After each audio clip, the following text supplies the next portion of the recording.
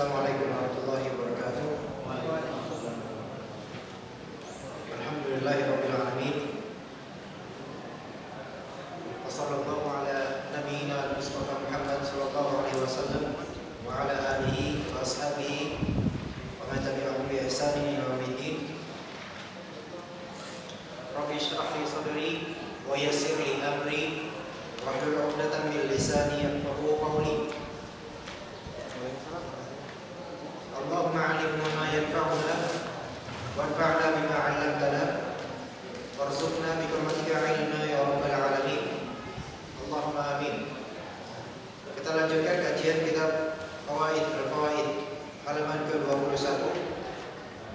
Setelah kemarin kita mengenal tentang Ibnu Qayyim al-Jauziyah sedikit, kita telah membahas bagian pertama dari kitab atau bab akidah dan tauhid, yaitu berkenaan atau hal yang berkenaan dengan ikhlas hanya untuk Allah Subhanahu wa taala. Dan kali ini kita akan memulai bagian kedua dari kitab ini, dari bab akidah dan tauhid. Ketaatan kepada Allah akan menenteramkan jiwa dan raga. Jadi, siapa yang mau membaca? Siapa yang mau membaca?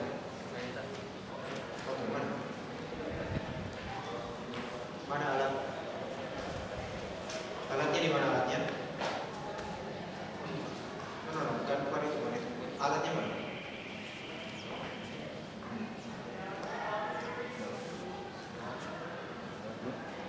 Itu alatnya. Oke.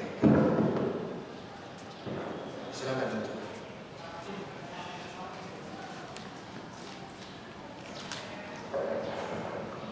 Kedua, ketaatan kepada Allah akan menenteramkan jiwa dan raga.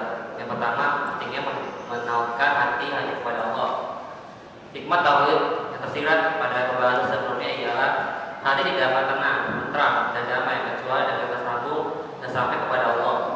Kecintaan dan keinginan terhadap sesama makhluk tidak boleh ditunjukkan kepada zat, karena tidak ada yang boleh diinginkan dan dicintai karena zat kecuali Allah. Dan segala sesuatu pasti akan terpulang kepadanya. Mustahil jika segala sesuatu berakhir pada dua zat berbeda. Sebagai mustahilnya penciptaan makhluk oleh dua zat berbeda. Maka itu siapa saja yang kecintaan, keinginan dan kehendak serta ketaatan menunjukkan kepada selain Allah, niscaya semua itu akan sia-sia dan lanjut begitu saja. Bahkan orang tersebut akan meninggalkan sesuatu yang paling dibutuhkan. Sebaliknya, siapa saja yang cinta dan harapannya dan kecemasan yang hanya menuju kepada Allah, niscaya ia akan mendapatkan keuntungan abadi berupa kenikmatan, kelezatan, kebahagiaan dan keberkahan darinya. Bismillahirrahmanirrahim. Yang pertama, pentingnya menawarkan hati hanya kepada Allah Subhanahu wa taala, yaitu memaksudkan niat awal dan juga tujuan hanya kepada Allah Subhanahu wa taala dalam segala amal. Baik amalan yang memang sudah ada syariatnya seperti amalan wajib, amalan sunnah, ataupun meninggalkan amalan haram ataupun meninggalkan amalan makruh dengan niatan ibadah. Maka itu sama dengan menautkan hati kepada Allah Subhanahu wa taala. Bahkan ketika kita sebagai seorang muslim melakukan suatu perkara yang mubah saja, itu bisa kita niatkan sebagai ibadah, dan itu juga salah satu realisasi dari menautkan hati kepada Allah Subhanahu wa taala. Dikatakan oleh beliau rahimahullah, hikmah tauhid yang tersirat pada pembahasan sebelumnya, yaitu pada pembahasan yang sini, yang ikhlas, ialah hati tidak akan tenang, tentram dan damai kecuali dengan tersambung dan sampai kepada Allah Subhanahu wa taala. Sepertinya bukan pembahasan ini. Karena tadi aslinya kita Al-Fawaid, acak apa temanya acak, kemudian ditertibkan. Hikmah tauhid yang tersirat pada pembahasan sebelumnya ialah hati tidak akan tenang, tentram dan damai kecuali dengan tersambung dan sampai kepada Allah. Maknanya adalah zikrullah, mengingat Allah Subhanahu wa taala. Mengingat Allah Subhanahu wa taala akan menjadikan hati manusia dan juga jin yang melakukannya, jin muslim dan manusia muslim akan menjadi tenang, tentram dan damai. Sebagaimana yang Allah Subhanahu wa taala firmankan, alladzina amanu wa tatma'innu Bidzikrillah, ala bidzikrillah tatma'innul qulub. Itu orang-orang yang beriman dan yatminan qulub mereka, yaitu qalbu mereka. Dan qalbu itu adalah jantung, kalau bahasa kita jantung, bukan hati. Hati itu apa itu? Bukan hati, jantung. Dan jantung mereka itu tenang dengan zikir terhadap Allah Subhanahu wa taala. Ala bidzikrillah tatma'innul qulub. Dan tidaklah atau ketahuilah bahwasanya zikir atau mengingat Allah Subhanahu wa taala itu tatmainnul qulub. Ini udah. Tatmainnul qulub yaitu hati atau qalbu menjadi tenang. Kita tahu jantung, peredaran darah dan juga gerakan-gerakannya, denyut-denyut. Jika seseorang ditimpa musibah dan kerugian, maka ada denyut-denyut lain. Namun ketika dia mengingat Allah Subhanahu wa taala, maka akan menenang. Karena mengingat Allah Subhanahu wa taala, dengan adanya musibah ini dia akan bersabar. Dan sikap sabar itu akan menenangkan. Dalam suatu hadis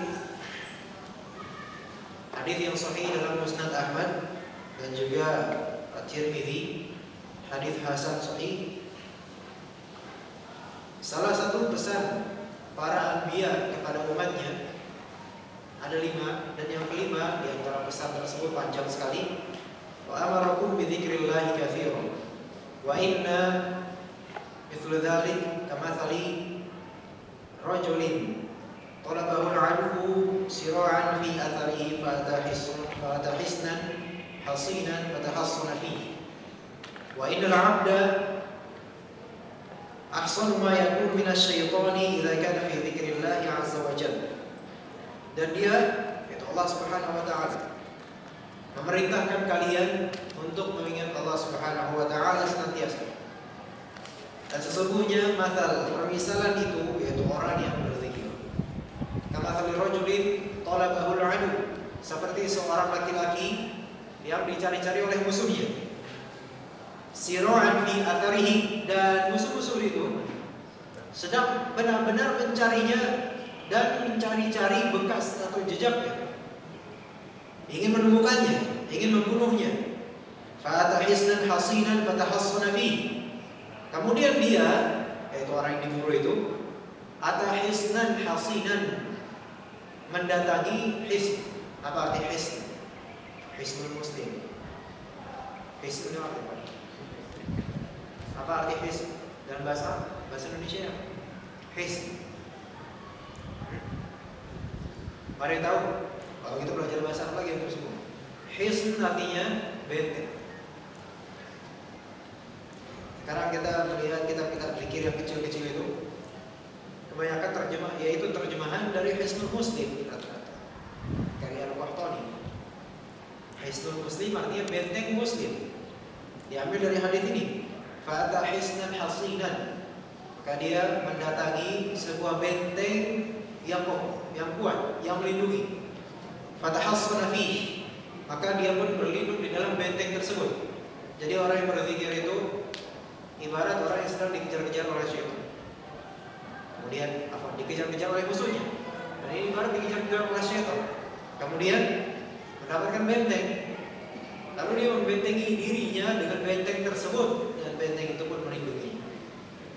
Maka ibarat setan yang memang mengejar kita selalu dimanapun kita berada. Dan setan tidak pernah beristirahat, baik itu setan yang dari jenis jin qarin ataupun setan dari jenis apa? Ya, selain jin qarin. Wa innal 'abda ahsanu ma yakun minasyaitani idza kana fi dzikrillah azza wa jalla. Dan sesungguhnya seorang hamba itu paling kokohnya dan paling terbentengi paling terbentengi dari kejaran syaitan dan godaannya ketika dia mengingat Allah Subhanahu wa taala.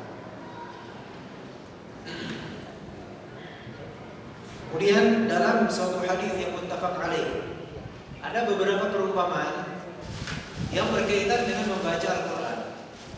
Dan membaca Al-Qur'an adalah sebaik-baik zikir. Membaca Al-Qur'an adalah di antara sebaik-baik zikir terhadap Allah Subhanahu wa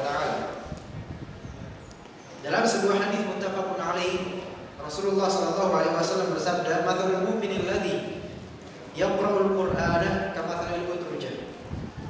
Kamatsalil utrujah. Rihuha thayyibun wa ta'muha thayyib.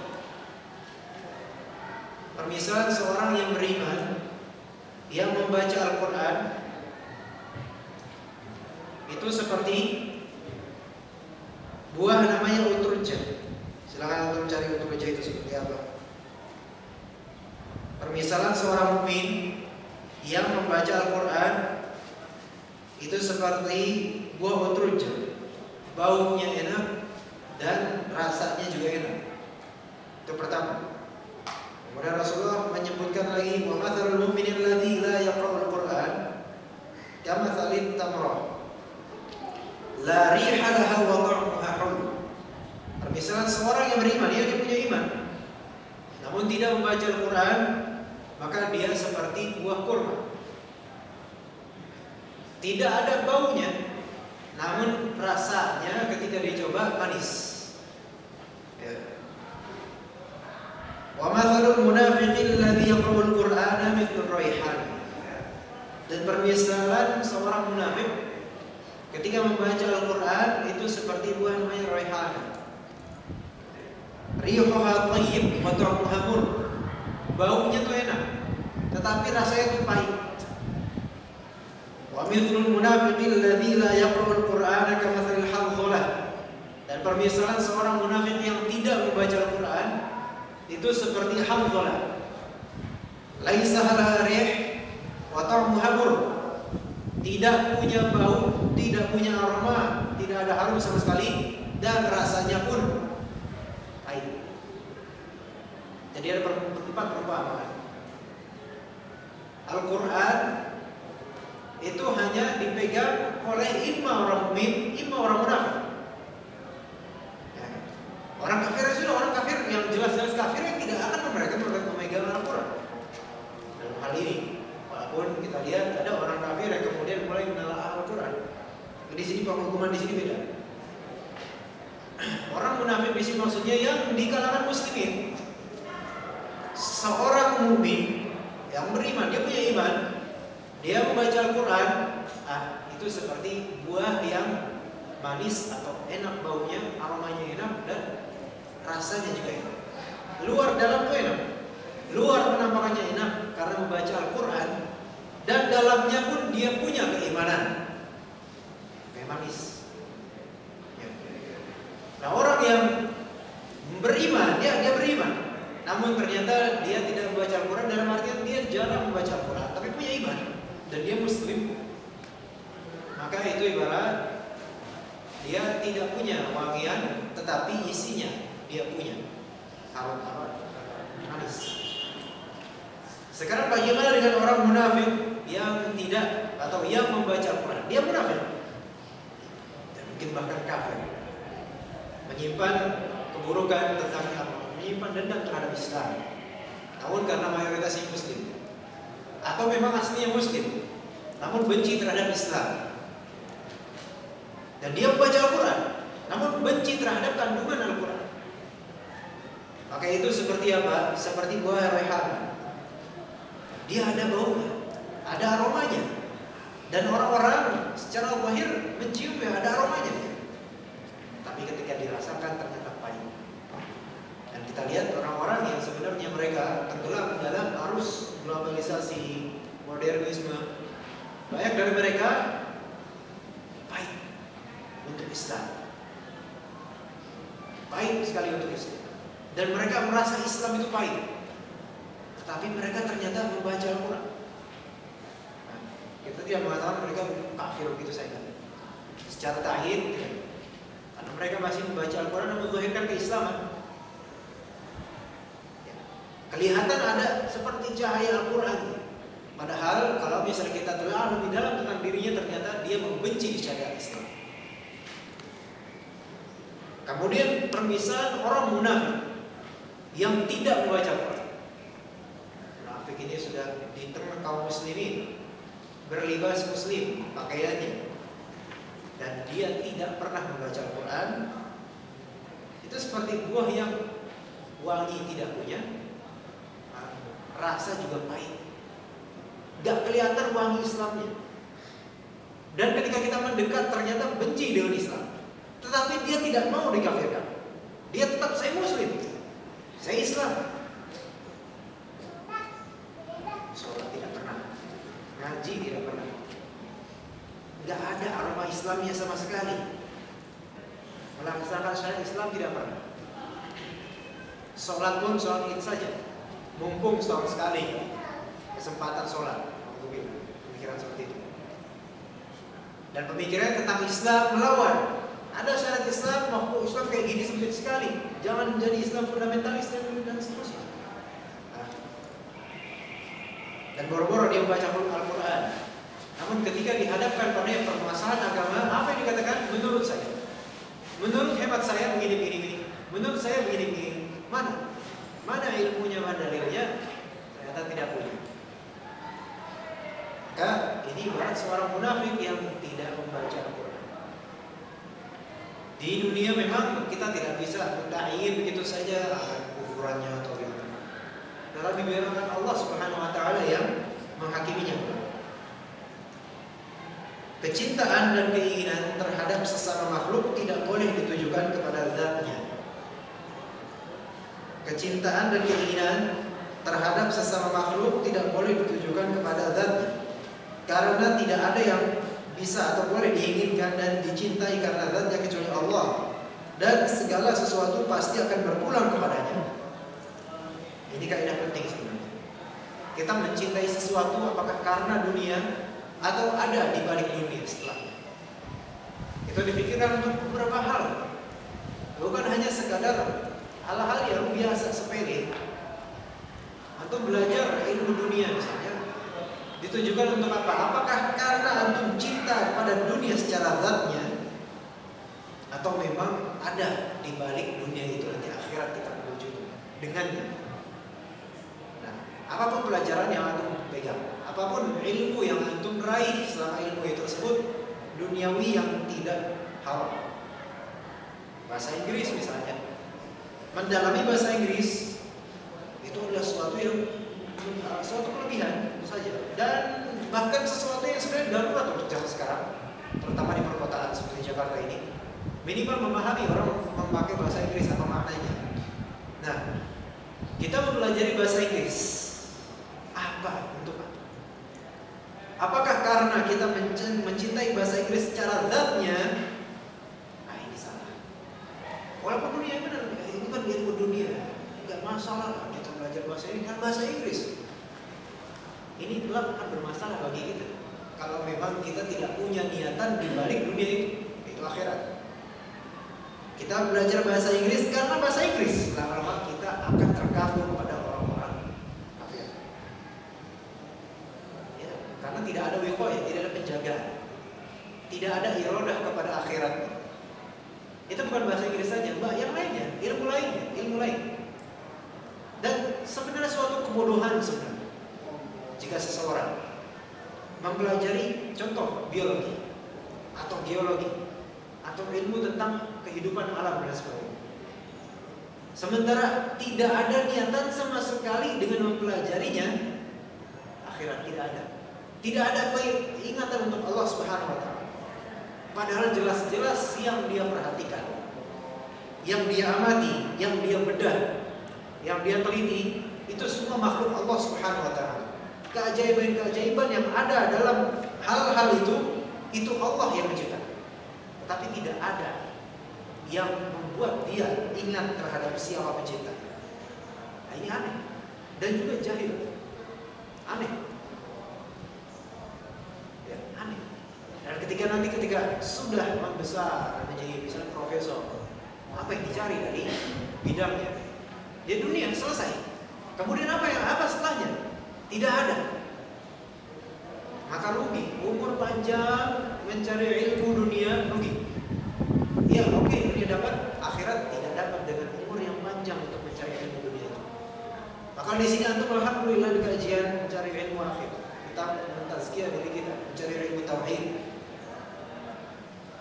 Dan di lain sisi kita mencari ilmu dunia masing-masing, penghasilan, ilmu dunia, semua dicari. Ada tujuan akhirnya. Kalau bisa mencari penghasilan tujuannya untuk apa? Menyenangkan anak dan istri semata. Aneh. Untuk apa? Menyenangkan anak istri semata selesai. Bukan mencari keridhaan Allah Subhanahu wa taala, tidak menjadikannya ibadah. Nah, ini aneh. Apa bedanya dengan orang-orang? Apa bedanya? Bedanya muslim dengan kafir. Muslim itu menjadikan mayoritas amalannya atau keumuman amalannya sebagai ibadah. Walaupun itu berkaitan mutlak dengan dunia asli. Tapi orang kafir tidak. Untuk dunia. Maka yang biarkan orang-orang yang kafir, kemudian orang-orang yang bermewah-mewah, bermegah-megah seperti misalnya malam-malam kita di televisi kita lihat pentas, seni, musik dan sebagainya. Itu mewah sekali. Itu biarkan mereka seperti itu. Karena itu jatah mereka. Apa yang mereka cari? Dunia. Sebagaimana jika kita mempelajari ilmu dunia hanya mencari dunia semata, itu mirip dengan mereka. Gak ada untuk akhirat. Karena apa? Mencintai sesuatu karena zatnya, bukan karena Allah Subhanahu wa taala. Apa bedanya? Sama. Cuma memang tingkatnya berbeda. Mereka berbeda. Misalnya kita ya sayang sekali capek-capek mencari ilmu dunia misalnya. Itu ilmu dunia. Ada yang lebih parah, mencari ilmu akhirat karena mencintai dunia. Nah, ini jauh lebih parah daripada orang yang mengejar ilmu dunia karena dunia. Yang mencari ilmu akhirat, mencari ilmu agama karena dunia. Maksudnya karena dunia di sini ujung-ujungnya itu bukan lillahi ta'ala, tetapi untuk kepentingan dirinya. Pamoritas di depan manusia, jabatan, gelar, supaya dipanggil fulan, supaya digelari fulan, supaya mendapatkan kemasyhuran. Itu ujungnya itu. Dan mudah-mudahan yang seperti itu akan taubat kelak, akan melihat bahwasanya ternyata itu semua palsu. Dan ternyata itu semua tidak ada berkahnya sama sekali. Kalau Allah Subhanahu wa taala memberikan ilmu pada orang yang memang dia mencari ilmu untuk dunia, ilmu syar'i untuk dunia, bisa Allah kasih ilmu untuknya. Namun itu istidraj. Yaitu apa? Pengangsuran dari Allah. Tamahal tunggu, nanti kelak akan tiba-tiba dia azab begitu saja. Maka kecintaan dan keinginan terhadap sesama makhluk atau suatu hal yang duniawi tidak boleh diinginkan dan dicintai karena zatnya, kecuali karena Allah Subhanahu wa taala. Dan segala sesuatu pasti akan berpulang padanya. Kayak kita lihat al-hubbu fillah. Al-hubbu fillah. Cinta di jalan Allah. Cinta karena Allah. Dan al-hubbu fillah itu bukan hanya sekadar di persaudaraan saja. Atau mencintai ilmu yang antum pelajari. Itu fillah atau tidak? Fisabilillah atau tidak? Ya kan? Jadi bukan hanya sekadar teman fillah, terus gak ada hal lain yang dicintai karena Allah. Kita belajar di sini mencintai pelajaran karena Allah. Andai misalnya kita tidak mencintai pelajaran karena Allah, itu bakal habis nanti. Suatu saat antum bakal terbalik, bahkan bisa membenci pelajaran ini atau pelajaran agama lainnya. Dan itu terjadi. Kita mencintai pelajaran karena apa? Karena bentar lagi kita lulus, bentar lagi ada ijazah. Kemudian baru kita giat di situ. Kita giat dan sekaligus plagiat. Bahan skripsi, ambil coba dan sebagainya. Nah, itu bentuk apa? Apakah itu bentuk mencintai ilmu karena Allah atau bukan? Bukan, mungkin itu seperti itu karena Allah. Rasulullah SAW bersabda dalam sebuah hadis muttafaqun alaih, diriwayatkan oleh Anas. Rasulullah bersabda, "Thalathun man kunna fihi wajada halawatal iman." Thalathun man kunna fihi wajada halawatal iman. 3 jenis, 3 macam orang yang barang siapa ada pada diri mereka hal-hal berikut, dia akan menemukan manisnya iman. Yang pertama, an yakuna lillahi, an yakuna Allahu wa rasuluhu ahabba ilaihi mimma siwa. An yakuna Allahu wa rasuluhu ahabba ilaihi mimma siwahuma. Dia menjadikan Allah dan Rasulnya jadi yang paling dicintai dari selain keduanya. Tidak ada yang lebih dia cintai selain Allah dan Rasulnya. Yang pertama. Dan itu sulit. Dan itu wallahi sulit. Sulit sekali. Menjadikan Allah dan Rasulnya sebagai yang paling dicintai, melebihi dari apapun, siapapun selain keduanya. Itu sulit. Berarti Al-Quran dan As-Sunnah. Wah, itu sulit. Wah, itu sulit. Pertama, step untuk ini, ya mencari ilmu. Tanda-tanda orang yang benar-benar merealisasikan kecintaan terhadap Allah dan Rasulnya melebihi dari selain keduanya, itu pertama mencari ilmu mengenai Allah dan Rasulnya, mencari ilmu mengenai Al-Quran dan Hadis dan As-Sunnah. Itu tanda-tanda. Jika ternyata tidak, atau bahkan membenci pelajaran tentang Al-Quran dan As-Sunnah, ini berarti sebalik, dia tidak akan merasakan kondisi iman. Itu pasti. Orang yang justru senang ketika belajar matematika, masya Allah, senang banget, merasa matematika ini untuk mentadaburi, tambah dan plus min dan sebagainya, itu diutak-atik, senang sekali. Komputer, kemudian browsing sana sini dengan rumus-rumus yang entah itu seperti apa, atau kimia atau fisika, diutak-atik, diulang-alik. Dan ternyata ketika pelajaran misalnya ulumul Quran, misalnya ternyata ini mah untuk orang-orang spesialis saja lah. Padahal dia membutuhkan. Padahal itu salah satu tanda dia mencintai Allah, melebihi selain Allah dan Rasul. Nah, makanya di sini mencari ilmu dulu. Nah, itu yang pertama. Yang penting usaha. Urusan saya susah banget ngafalin, kemudian saya hafal-hafal, itu urusan nanti. Yang penting usaha. Orang itu gak harus hafal banyak. Muslim itu yang disuruh ada usaha. La yukallifullahu nafsan illa wus'aha. Allah tidak akan membebani seseorang kecuali sesuai dengan batasan yang Allah beri padanya. Ya. Sebagai kewajiban sholat, kalau nggak bisa berdiri, sholli qa'idan, yaitu sholat dengan duduk. Nah, itu sholat yang wajib. Sekarang bagaimana dengan salah satu step untuk mencintai Allah dan Rasulnya, seperti belajar Al-Quran dan Hadis? Kalau nggak bisa menghafalkan, ya sudah. Minimal memahami. Kemudian yang kedua, wa an yuhibbal mar'a la yuhibbuhu illa lillah. Dia tidak mencintai atau menyukai seseorang kecuali dia mencintai atau menyukainya karena Allah. Nah, ini juga jangan dianggap mudah. Jangan juga dianggap mudah. Antum berteman dengan teman-teman antum itu untuk apa?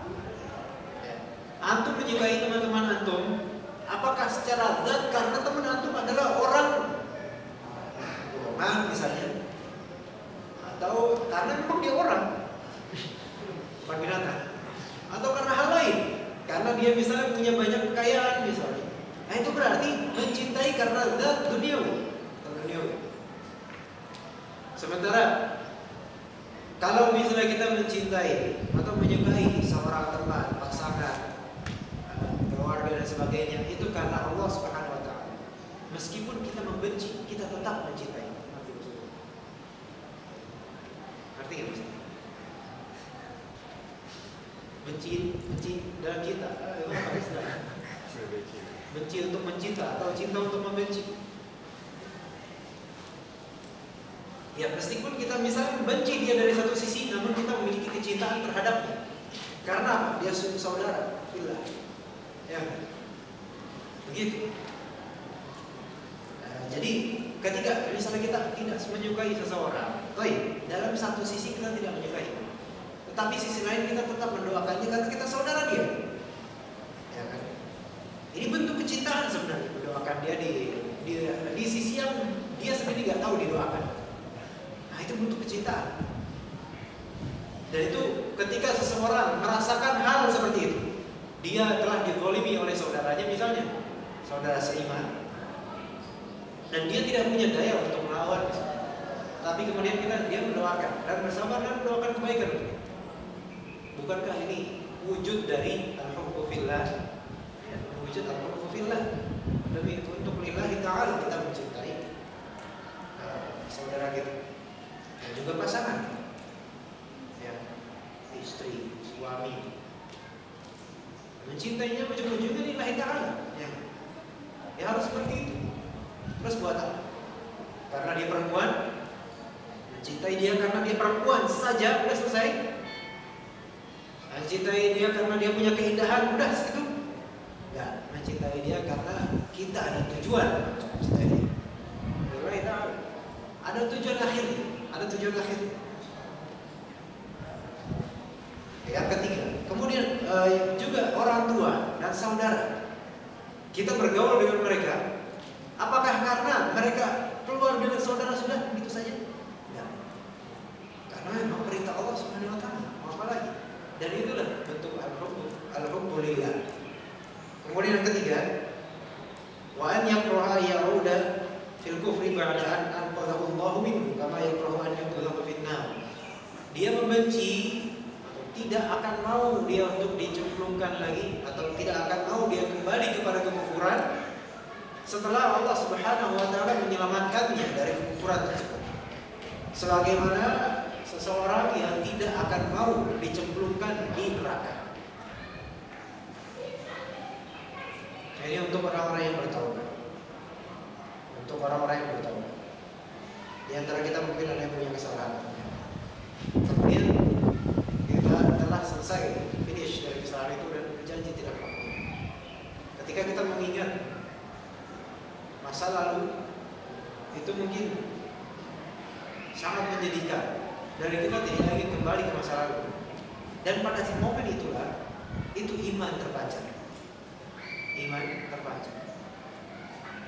Bagi ikhwan yang mungkin mau kitab, bisa diminta ke sebelah situ ada, ya, di daerah pintu itu yang mau bukunya, buku Fawaidul Fawaid bisa diminta ke saudara Muhammad Adi. Kemudian ada suatu frase dalam Islam, dan itu dianjurkan sebenarnya, namun memang agak sulit kalau untuk daerah kita. Seperti kalimat uhibbuka fillah. Saya mencintaimu karena Allah.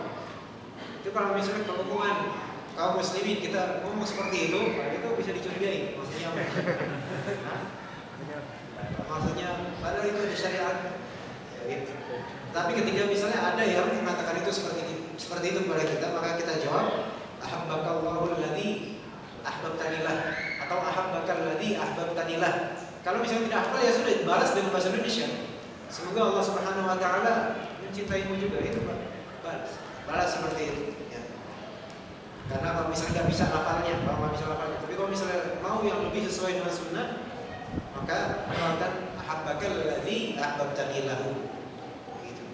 Cari di kitab-kitab atau di internet kalimat itu. Tapi kemudian bahwasanya orang yang mencintai di jalan Allah, itu kelak Allah Subhanahu wa taala akan bertanya tentang mereka di hari akhir. Ainal mutahabbuna bi jalali? Di manakah orang-orang yang saling mencintai dengan keagungan, yaitu demi apa? Al-yawma udhilluhum fi dhilli yawma la dhilla illa dhilli. Di hari ini aku akan menaungi mereka, orang-orang saling mencinta kaum muslimin tentu saja. Yauma la dhilla illa dhilli. Di hari yang tiada naungan kecuali naungan dariku. Dan tiada kerajaan, tiada kepemilikan, dan tiada keputusan kecuali keputusan Allah Subhanahu wa taala. Gitu nanti. Ya, alhamdulillah itu penting. Dan kadang susah untuk menjalin, susah untuk merealisasikan. Karena mungkin qaswatul qalb, kerasnya kalau kita, mungkin egonya kita, sebab kita rata-rata laki-laki, egonya kita. Laki-laki penghalang untuk al-hubbu fillah itu egonya sendiri, egoisnya sendiri, kemauannya sendiri, keterpihakan pada dirinya sendiri. Itu laki-laki. Kalau perempuan susahnya merealisasikan al-hubbu fillah itu di hasad mereka terhadap satu sama lain. Jadi masing-masing laki dan perempuan ada porsi dari Allah Subhanahu wa taala kekurangannya. Yang laki-laki egonya, yang perempuan pekaknya terhadap kelebihan orang lain, terutama bagian fisik. Baik. Kemudian dikatakan oleh Nufail, mustahil jika segala sesuatu berakhir kepada dua zat berbeda, sebagaimana mustahilnya penciptaan makhluk oleh dua zat berbeda. Allah Subhanahu wa taala berfirman, "Wa in qala Allahu ya Isa ibn Maryam a anta qulta lin-nasi ittakhiduni wa ummi ilahaini min dunillah qala subhanaka ma yakunu li an aqula ma laysa li bihaq." Dan ketika Allah Subhanahu wa taala berkata, "Wahai Isa, wahai Isa bin Maryam, apakah engkau telah bicara di depan manusia, ittakhiduni wa ummi ilahaini min dunillah, jadikanlah aku dan ibuku sebagai dua sesembahan selain Allah," menjadi Trinitas. Apakah engkau wahai Isa yang mengajarkan mereka Trinitas? Isa menjawab alaihissalam, qal subhanak, maha suci engkau wahai Allah, ma yakunu li an aqula ma laysa li bihaq. Aku tidak akan mengucapkan sesuatu yang tidak berhak untuk aku ucapkan. Yaitu apa? Menyekutukan Allah. Dan ada syirik namanya syirik fil mahabbah, ya kan? Syirik cinta. Yang satu mengklaimnya, satu sisi mengklaim cinta kepada Allah dan Rasulnya, satu sisi mengklaim, walaupun tidak mengklaim namun secara tidak langsung dari perbuatannya mencintai pemain bola misalnya. Al-mahabbah, syirik dan mahabbah. Apa yang pemain bola inginkan dituruti. Pemain bola ingin jadwalnya segini dan panitianya, lajnahnya ingin jam sekian di kita turun. Ya. Kemudian bangun tahajud di depan kaki-kaki mereka. Bisa saja ini, walaupun kita tidak bisa mengatakan ini syirik untuk kekufuran, tetapi ini bisa terjerumus seseorang dalam syirik fil mahabbah. Karena apa? Dia justru taat kepada tontonan seperti itu. Bangun tengah malam tafakur di depan pemain bola, memikirkan berapa skor kira-kira prediksinya, kemudian mendengar Bung Fulan berkata seperti ini. Menurut Anda bagaimana Bung Fulan? Kita pikir asal tahu nih orang, kan semua sama. Gak habis-habis. Skor selesai, dunia udah selesai. Dapat piala selesai. Yang gembira siapa? Mereka dan juga kita. Gak siapa kita. Dan juga ketika mereka gagal, yang sedih siapa? Ya mereka dan juga kita. Yang senang siapa? Musuh-musuh mereka dan musuh-musuh kita. Di sini yang mudah-mudahan kalau misalnya memang di antara kita masih menonton bola misalnya, minimal janganlah seperti orang yang terlalu gila terhadap bola, karena itu berbahaya. Kita muslim, kita memiliki kekuatan, bisa kemuliaan di atas mereka. Kalau misalnya kita melihat orang-orang kafir, apa kehidupan mereka hanyalah bermain, dan kehidupan kita itu adalah mencari ilmu, beramal, dan berdakwah. Selesai. Ya, mencari ilmu, mempraktekannya semampu kita, dan walaupun ada kesalahan, maka itu kita adalah orang yang bersalah.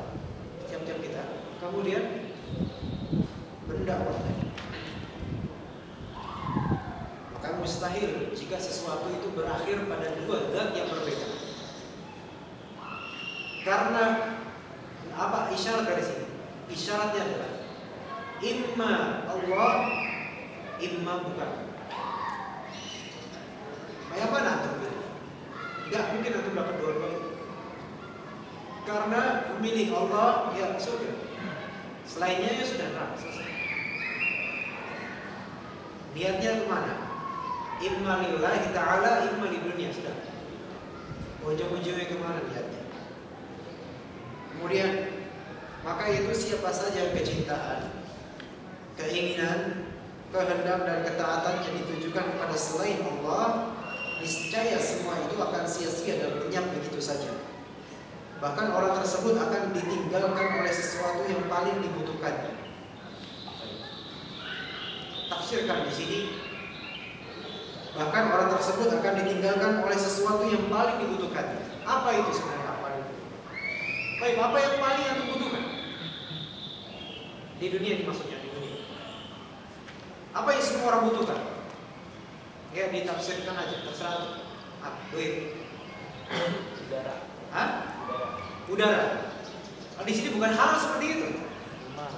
Udara itu udah pasti, ya, udah pasti. Itu bukan duniawi yang kita cari itu. Itu diberi kan kalau kita cari. Apa? Rasa aman. Pasangan. Rasa aman. Rasa aman. Rasa aman. Sohi. Apa lagi? Jenggot. Bukan. Apa lagi? Ketenangan. Ahsan, bagus. Apa lagi? Baru dua. Rasa aman, ketenangan.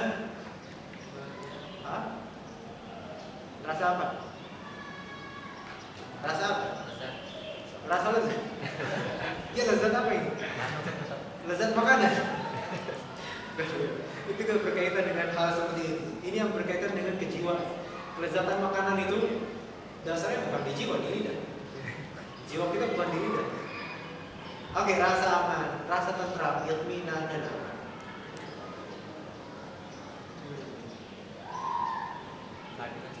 Hah? Keadilan yang kita cari. Boleh? Ahsan. Walaupun aneh juga jawabannya, tapi ya bagus. Pertama rasa aman, ya. Kemudian itminan. Rasa keadilan. Itu skip tadi ya. Kita skip dulu. Kita jadikan itu di bangku cadangan dulu ya. Di bench ya. Oke, rasa aman. Dari A, bisa, mim dan nun. Ketenangan, bahasa Arabnya apa? Iltuminan. Kayak ada tumanina dalam sholat. Ketenangan, tenang. Walas, tenang. Iltuminan. Ada nggak unsur A, mim dan nun? Ada nggak? Bayangin bahasa Arab. Pernah lihat bahasa Arab kan? Iltuminan. Kayak gimana sih iltuminan? Mutmain.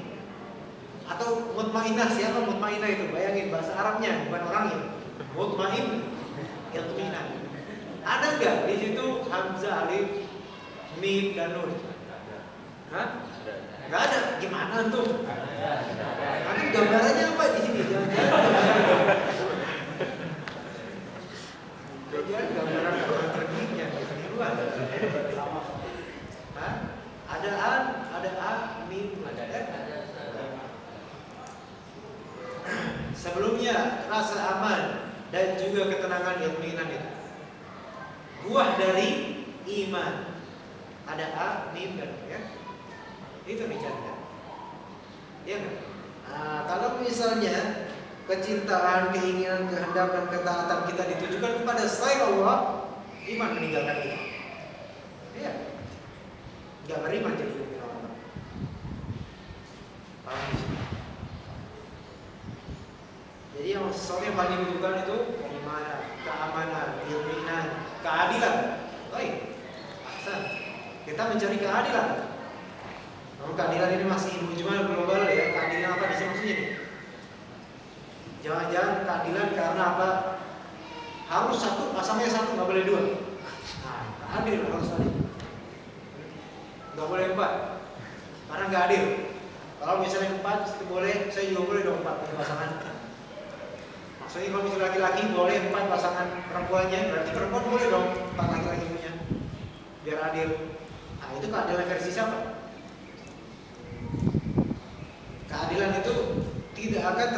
kecuali setelah mengamalkan. Ya. Bukan sekadar mengimani saja, namun mengamalkan. Atau sekadar mengetahui saja, harus mengamalkan setelahnya. Kemudian sebaliknya, siapa saja yang cinta, harapan dan kecemasannya hanya ditujukan kepada Allah, niscaya ia akan mendapatkan keuntungan abadi berupa kenikmatan, kelezatan, kebahagiaan, keberkahan darinya. Ya, itu ganjarannya baik di dunia ataupun di akhirat. Dan insya Allah setelahnya akan ada hal-hal yang juga terkait dengan ini. Silakan Mas. Edo Korea. Nah, siapa namanya? Prabowo. Terus kedua, aturan di balik perintah dan musibah. Seorang hamba tidak akan terlepas dari perintah dan musibah darinya. Ia membutuhkan, bahkan sangat membutuhkan pertolongannya, sehingga menerima perintah, sedangkan ketika mendapatkan musibah, ia membutuhkan uluran kasih sayangnya.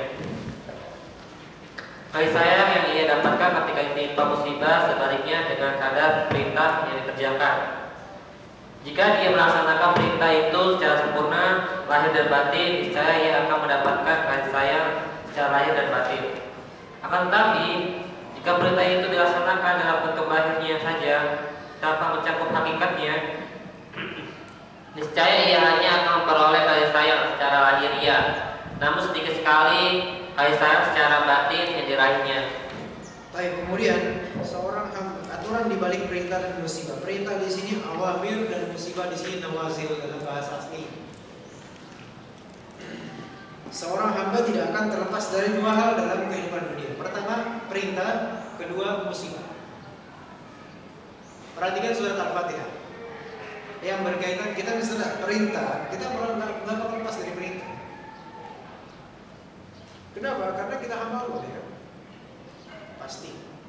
Karena kita apa? Hamba Allah. Hamba itu berarti di bawah. Hamba itu diperintah atau bukan? Diperintah, pasti perintah. Namanya hamba, sahaya, ya kan? Diperintah. Bahasa Arabnya hamba apa? Abd. Maka tugas kita ibadah, dan yang ibadah adalah perintah dari Allah untuk beribadah. Maka khalaqul jinna wal insa illa liya'budun. Diperintahkan untuk beribadah. Jadi pertama, tidak akan hidup kita terlepas dari pertama perintah. Kedua, tidak akan terlepas dari musibah.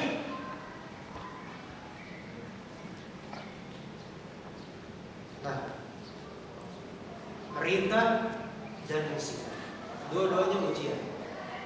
Menjalankan perintah ini bagaimana? Ujian bagi. Kemudian menghadapi musibah itu bagaimana? Ujian bagi. Obatnya di mana?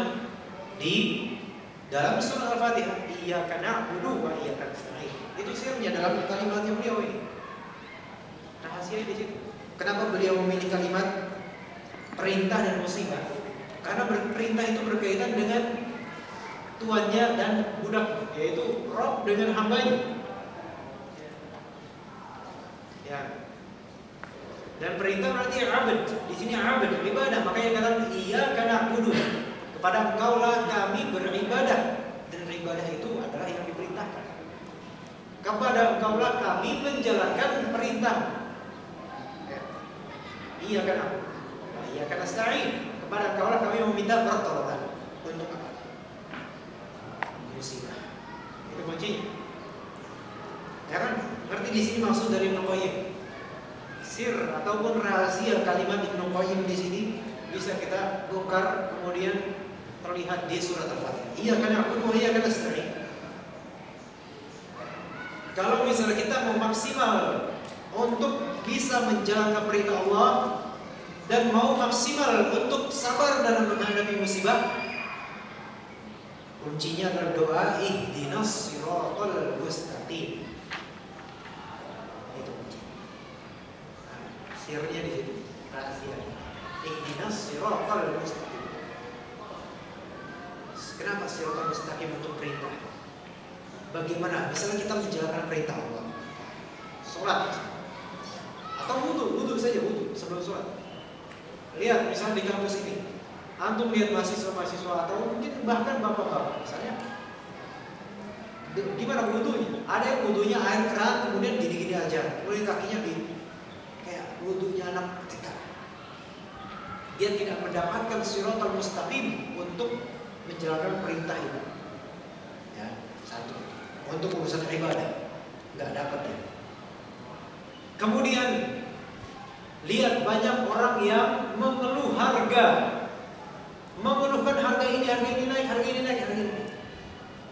Musibah buat mereka benar. Banyak orang kemudian terkena banjir dan mereka nggak sabar, dan juga mereka nggak menggantikan fitnah atau musibah tersebut dengan ibadah dan ketaatan kepada Allah yang lebih. Mereka tidak mendapatkan siratal mustaqim dalam musibah mereka. Nah ini maksud. Jadi perintah dan musibah itu kita tidak akan lepas, tidak akan lepas dari keduanya. Dan sirnya ada di iyyaka na'budu untuk perintah, iyyaka nasta'in untuk musibah.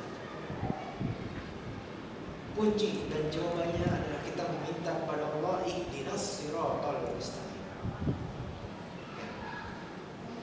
Ihdinas siratal mustaqim.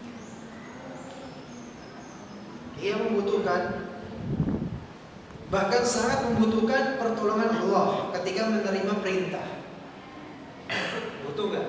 Jadi kita membutuhkan pertolongan Allah bukan hanya di musibah saja, tetapi dalam segala hal yang baik kita minta pertolongan kepada Allah. Oleh karena itu, sebelum melakukan hal yang baik kita gunakan bismillah. Kita katakan bismillah. Sebelum antum berjalan menuju majlis, menuju jihad, menuju medan jihad misalnya, ista'in billah. Mintalah pertolongan kepada Allah Subhanahu wa taala. Karena Allah lah yang memberi taufik pada siapapun yang berdoa dan minta kepada kita. Dari kaum muslimin itu. Kita melihat misalnya para guru kita, ustaz-ustaz kita, di antara mereka ada yang luar biasa. Hafalannya luar biasa. Penjelasannya luar biasa. Itu siapa yang membuat seperti itu? Allah Subhanahu wa taala yang memberikan taufik. Allah Subhanahu wa taala yang memberikan taufik. Dan ketika kita mencari ilmu, kita minta kepada Allah Subhanahu wa taala taufik. Semoga Allah Subhanahu wa taala menjadikan ilmu kita ini bermanfaat.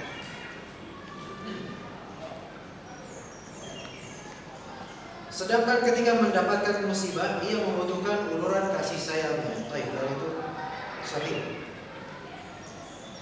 Kemudian kasih sayang yang ia dapatkan ketika ditimpa musibah sebanding dengan kadar perintah Allah yang dikerjakannya. Jika misalnya dia mengerjakan perintah Allah itu sedikit dan juga setengah-setengah, maka akan mendapatkan balasan ketika dia mendapatkan musibah. Seberapa jalan keluar yang Allah berikan padanya. Jika dia melaksanakan perintah itu secara sempurna, lahir dan batin, niscaya ia akan mendapatkan kasih sayang secara lahir dan batin. Maksudnya kita beribadah secara zahir dan juga secara batin. Bukan zahir saja, bukan sekadar ibadah zahir yang dilihat oleh orang-orang semata. Melainkan batinnya juga ada perasaan khudu terhadap Allah Subhanahu wa taala, khusyuk. Nah, kalau kita melakukan itu, kelak Allah Subhanahu wa taala akan memberikan kita rahmat terhadap lahiriah dan juga batin itu. Dan batin yang paling itu. Karena meskipun lahiriahnya itu cacat, kekurangan, kesakitan, ketika batinnya itu Allah Subhanahu wa taala berikan kesejukan, maka seolah-olah dia tidak ada musibah. Akan tetapi jika perintah itu dilaksanakan dalam bentuk lahirnya saja tanpa mencakup hakikatnya, niscaya ia akan memperoleh kasih sayang secara lahiriah, namun sedikit sekali kasih sayang secara batin yang diraih. Contoh sholat. Sholat itu tidak ada tadabburnya. Misalnya seorang hamba tidak ada tadabburnya dalam sholat. Tidak ada dia perhatian dengan apa artinya subhanallah atau subhanallah bihamdi. Kemudian Allahumma antas salam itu. Kemudian misalnya ya, surat-surat yang dibaca oleh imam misalnya tidak terbawa. Atau ketika bertakbir Allahu Akbar tidak ada perasaan apa. Ketika salam assalamualaikum warahmatullahi tidak ada perasaan apa. Ini ibadah yang zahiriyah saja. Apakah dia telah menunaikan kewajiban? Menunaikan kewajiban. Telah gugur kewajiban kasih? Iya. Tetapi dia hanya sebatas zahir, sehingga Allah akan memberikan reward baginya zahirnya saja. Zahirnya dia dihukumi oleh orang-orang lain berwasiat sebagai muslim, sudah bermuamalah sebagai muslim, namun batinnya tetap buruk. Makanya kenapa permasalahan sekarang, kenapa banyak orang masih saja yang begitu kita berpuasa batin tetap buruk sikapnya, akhlaknya, lisannya dan seterusnya. Kenapa? Karena sholatnya kita. Sholat itu seperti mizan, dia seperti neraca kesolehan seseorang. Memang kita kemudian melihat seseorang, masya Allah, sholatnya luar biasa, zahirnya bagus, dan di sampingnya ternyata sholat orang tersebut kelihatannya biasa aja. Namun bisa jadi di sisi Allah justru yang sah sholatnya atau yang benar batinnya itu orang yang biasa saja. Bisa aja. Dan itu tercermin dari muamalah dia sehari-hari. Bagaimana? Walaupun bagaimanapun kita juga lebih baik kita menghukumi diri kita sendiri daripada nanti ke orang lain. Lebih baik diri sendiri kita bermuhasabah. Baik, fadhol, Mr. Prabowo.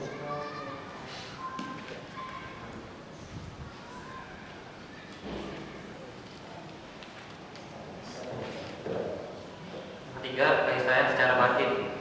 Apabila ada pertanyaan, seperti apakah bagi saya secara batin yang diperoleh hamba ketika ditimpa musibah? Maka kami akan menjelaskan sebagai berikut. Bagi saya secara batin adalah suatu yang menciptakan ketenangan dan kedamaian, tak menghilangkan kesengsaraan, kemudahan, dan keluh kesah dari hati hamba ketika tertimpa musibah. Pada kondisi demikian, seorang hamba merendahkan diri di hadapan Rabbnya dengan penuh rasa hina, memandangnya dengan hati dan bersimpuh kepadanya dengan segala jiwa. Pengakuan terhadap kasih sayang Allah telah menyibukkan dirinya dari kepedihan deritanya. Keyakinan tentang kebaikan takdir Allah membuat tidak merasa pahit musibahnya.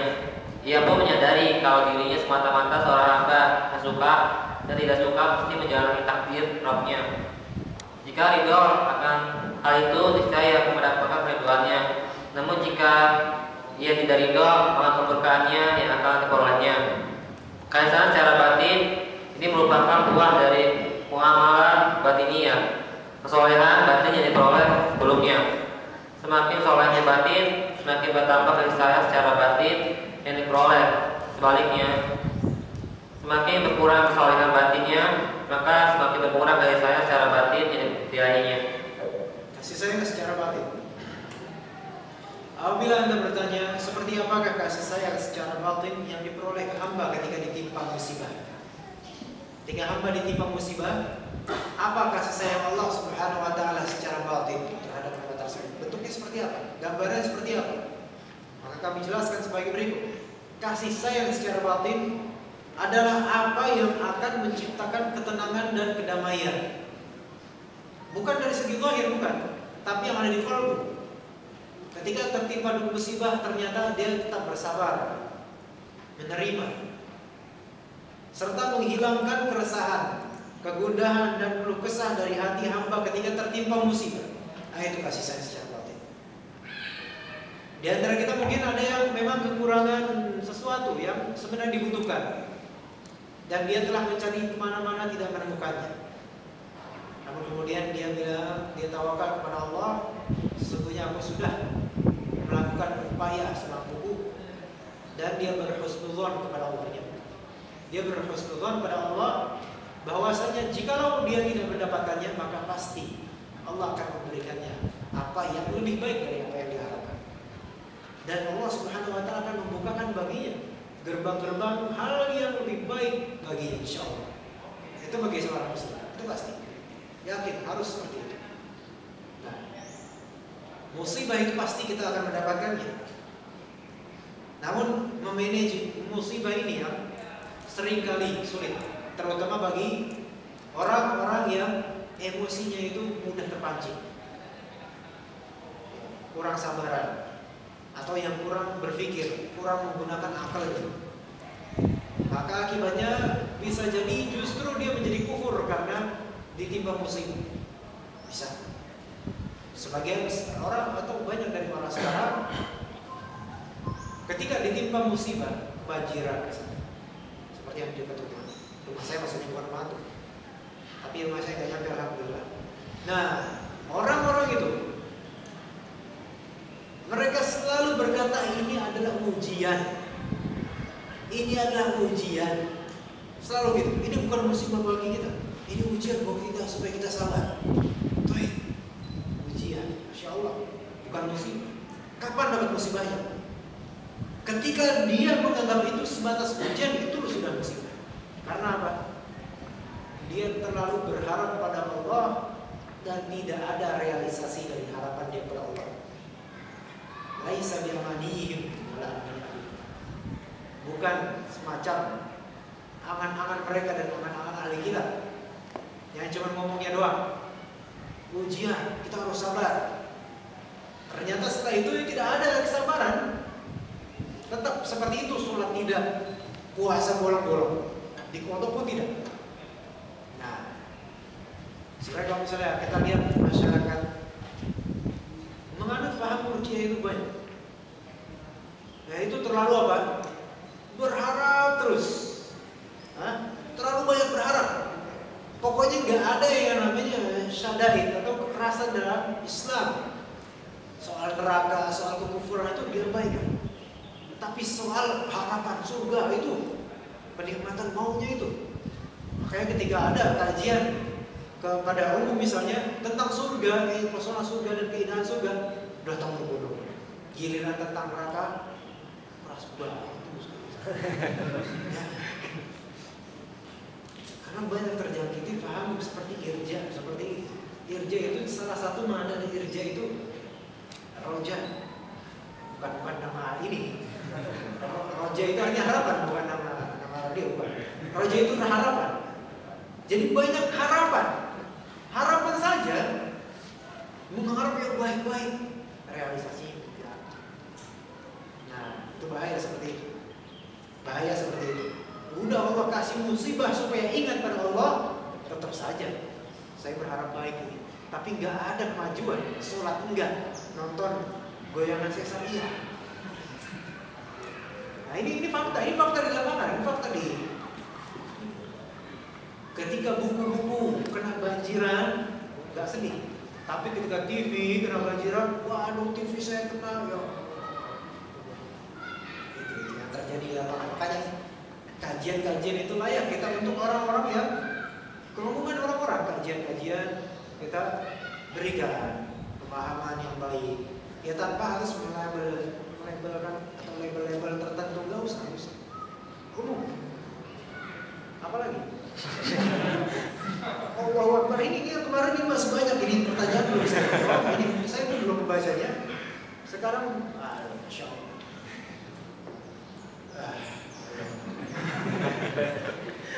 Kita lanjutkan dulu itu. Pada kondisi demikian, seorang hamba akan merendahkan diri di hadapannya, di hadapan Rabb-Nya dengan penuh rasa hina. Di sini kita mungkin dalam istilah Indonesia ada rendah hati, ada rendah diri, ya kan? Kalau rendah hati itu wajib, dan itu sesama manusia.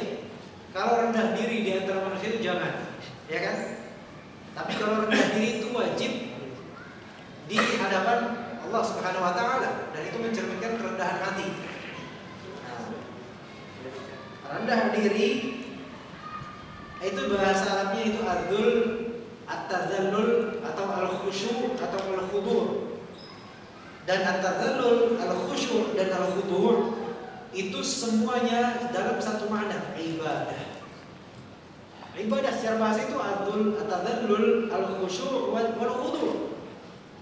Berarti pada kondisi demikian, seorang hamba akan beribadah di hadapan Rabb-Nya dengan penuh rasa hina. Antum coba beribadah sholat ketika sujud, rasakan betapa kita bersimpuh seolah kita melihat Allah Subhanahu Wa Taala.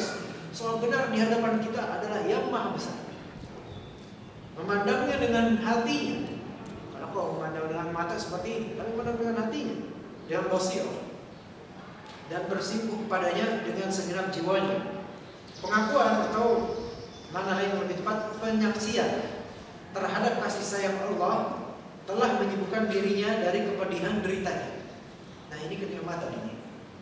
Dan seorang ketika dalam kondisi menderita, Allah berikan pada dirinya yatminan. Dan yatminan itu berkaitan dengan keamanan. Karena yatminan tentram itu merasa aman. Ketika seseorang dalam mara bahaya tapi dia merasa aman, karena apa? Bergantung pada yang menciptakan mara bahaya itu, maka insya Allah tidak ada yang akan mencelakakannya, insya Allah. Kalaupun celaka kemudian mati, itu ada satu hikmah. Allah mempercepat dia pergi dari negeri Nubala. Ya kan? Ya. Saya pernah mendengar kajian Syekh Muhammad Shalih Al-Munajjid, hafizahullah. Dan ketika beliau salah satu pengamat syariah juga, kemudian politik juga, tentang siasat syariah, tentang Suriah, teman-teman dan saudara-saudara kita dibantai, beliau berkata, kita harus mengucapkan alhamdulillah dan mereka harus bersyukur. Karena apa? Saudara-saudara mereka telah Allah percepatkan penderitaannya di dunia, sehingga kembali dan mudah-mudahan mati syahid. Jadi kita jangan selalu pesimis. Masuk Suriah kayak gini, Suriah. Benar kita peduli concern terhadap mereka. Namun jangan sampai kita berlebihan. Kita ada harapan dan juga kita mendoakan mereka. Dan anaknya beliau, Allah dan rahimahullah, bagi anaknya mati, dibunuh oleh seorang Syiah. Anak beliau, anaknya Syekh Muhammad Shalih Al-Munajjid. Apa kata beliau? Hal yang pertama saya lakukan ketika mendengar kabar anak saya dibunuh oleh seseorang, saya langsung mengatakan, saya maafkan pelakunya. Anaknya sendiri dibunuh oleh seorang Syiah yang bertahun-tahun Syekh ini menentang, melawan dengan hujah, dalil, kekuatan, uang, donasi dan sebagainya. Dimatikan anaknya oleh seorang penganut Syiah. Apa yang beliau bilang? Hal pertama yang saya lakukan ketika mendengar kabar anak saya wafat, dibunuh oleh, saya maafkan pelakunya dan semoga diberi hidayah. Kalau kita gimana? Udah melantunkan syair-syair, ya. Karena apa? Mempercepat.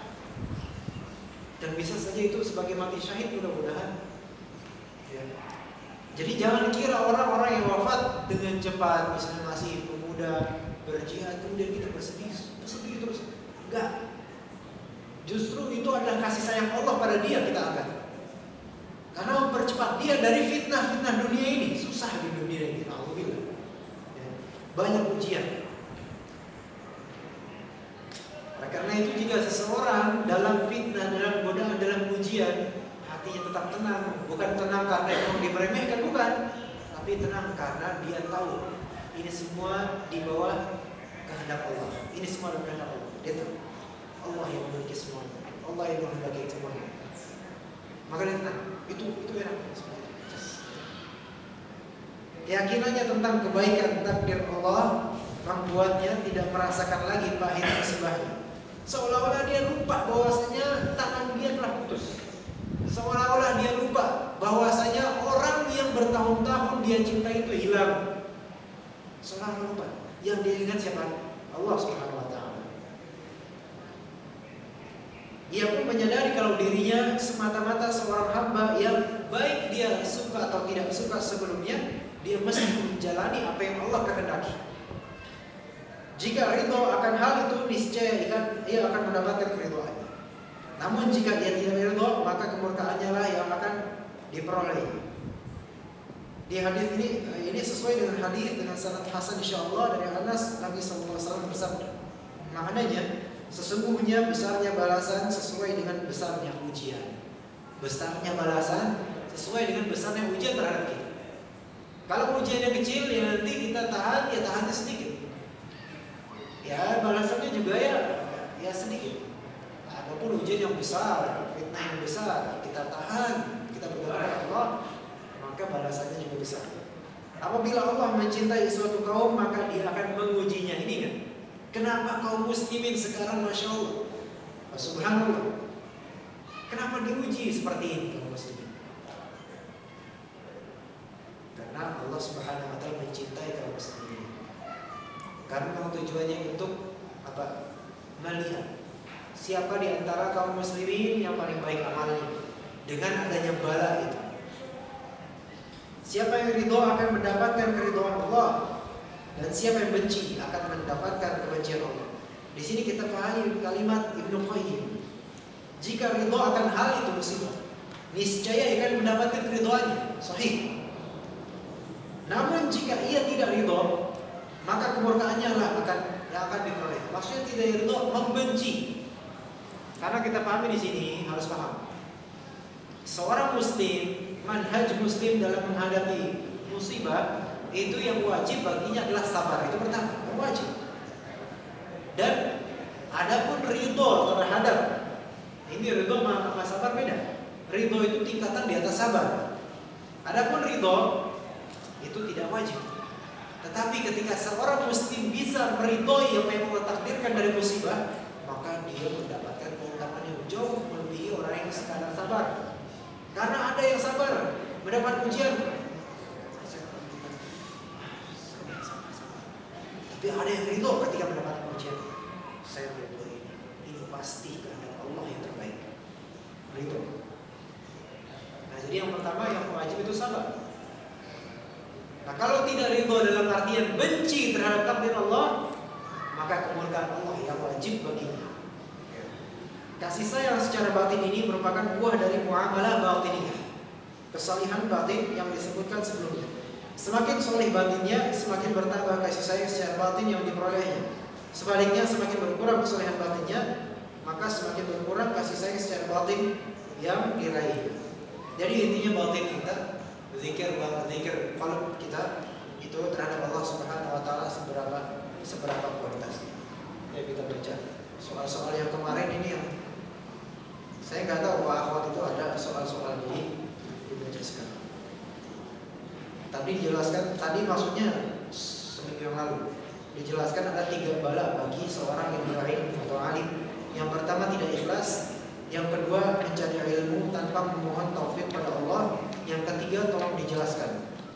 Nah, tolong dijelaskan ini termasuk bala bagi alim maksudnya atau gimana? Tidak ikhlas dan tidak berdoa. Baik. Bala bagi seorang yang berilmu itu kalau di awal itu tidak ikhlas, itu bala. Itu musibah bagi seorang yang berilmu atau yang mencari ilmu tidak ikhlas. Lillahi ta'ala maksudnya di sini. Kenapa? Karena mencari ilmu syar'i itu adalah suatu perbuatan yang secara zat diwajibkan untuk dihadapkan kepada Allah Subhanahu wa taala. Ya. Kemudian mencari ilmu tanpa memohon taufik pada Allah ini adalah salah satu akibat dari tidak ikhlas atau kurang ikhlas.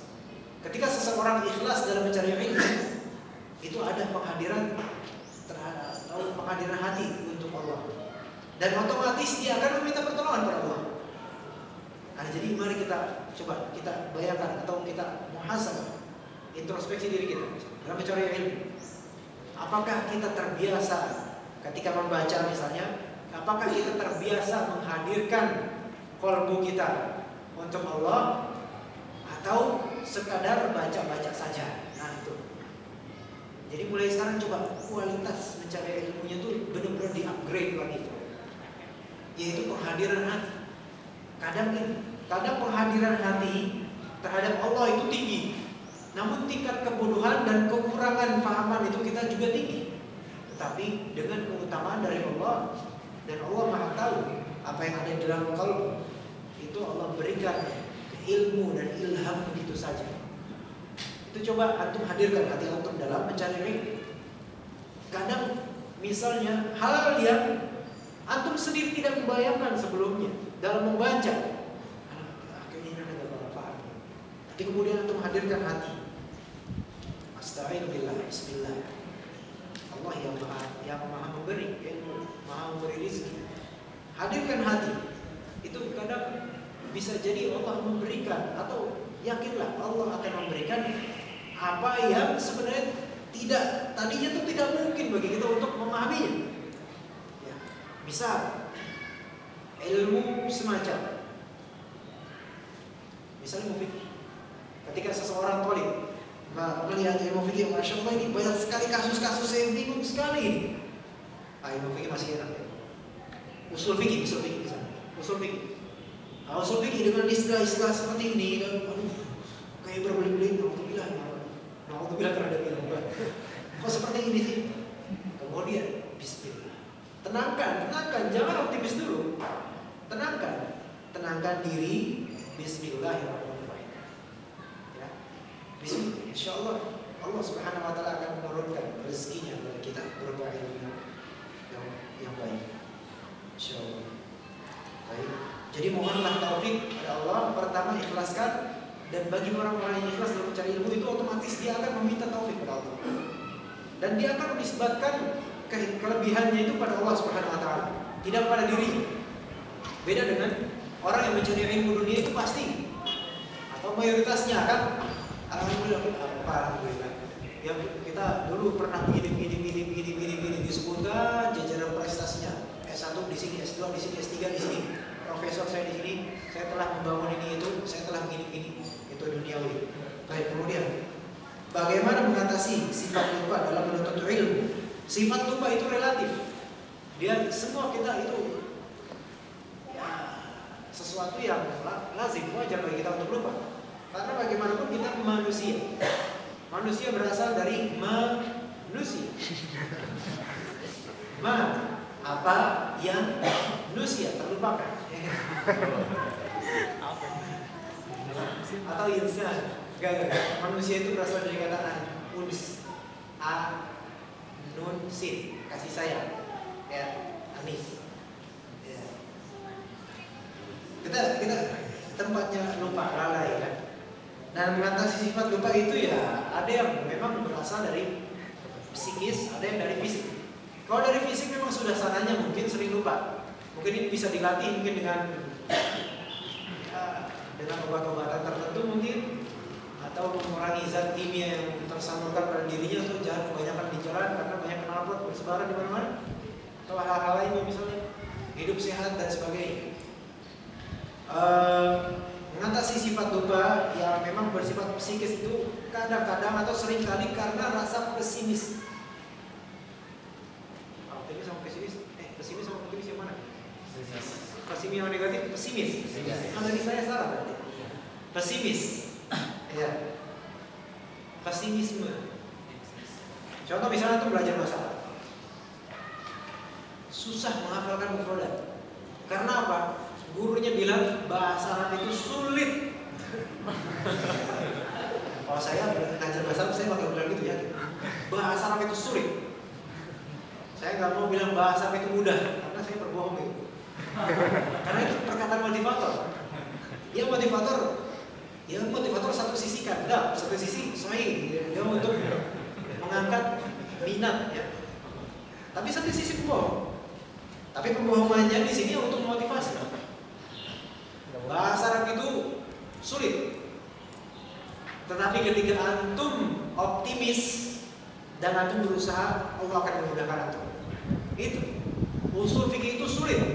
Yang bilang gampang, ya udah ajarin usul fikih dalam 1 bulan. Bisa nggak supaya paham? Ngajarnya aja sulit. Nah, dari pesimis, jangan pesimis, optimis. Tapi jangan juga hiperbola dalam optimis. Nah, jangan merasa dirinya itu selalu kurang. Jangan. Dan juga sering-sering menyebut Allah Subhanahu wa taala. Sering-sering menyebut bismillah dalam amalan-amalan baik. Insyaallah Allah tidak akan menjadikan kita orang yang lupa. Bagaimana menanamkan akidah sejak dini kepada anak? Saya belum punya, tapi insyaallah nasihat ya. Menanamkan akidah sejak dini kepada anak.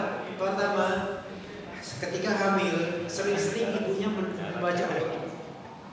Sering-sering membaca Al-Quran ibunya ini. Dan sering-sering mendengarkan Al-Quran.